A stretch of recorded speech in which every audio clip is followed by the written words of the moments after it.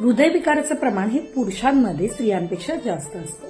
तर त्याचं मानसिकदृष्ट्या कारण बघाल तर स्त्रिया ह्या आपल्या भावनांविषयी नेहमीच जागरूक असतात. त्यांना स्वतःच्या भावना कशा शेअर कराव्या, कुणाशी शेअर कराव्या, मनावरचं ओझं कसं हलकं करावं, ह्याचं साधारण ट्रेनिंग आपल्या आधीच्या पिढीतल्या स्त्रियांकडे बघून आपसुकच मिळत जातं. पण पुरुषांच्या बाबतीत होतं काय? भावनात्मक होणं, वल्नरेबल होणं, स्वतःच्या भावना ओपनली व्यक्त करणं हे कुठेतरी कमजोरीचं लक्षण आहे असं पुरुषांच्या मनावर बिंबवलं जातं. पर्यायी होतं काय? ते न स्वतःच्या भावना व्यवस्थित समजू शकतात आणि ना दुसऱ्याच्या. त्यामुळे काय होतं, न व्यक्त केलेल्या भावनांचं ओझं असंच मनावरती साठत जातं. त्यातून स्ट्रेस निर्माण होतो आणि स्ट्रेस म्हटलं की आजारपण हे आपण बघतच आलो आहोत. त्या वाढत्या स्ट्रेसमुळे हृदयविकाराचं प्रमाण वाढतं.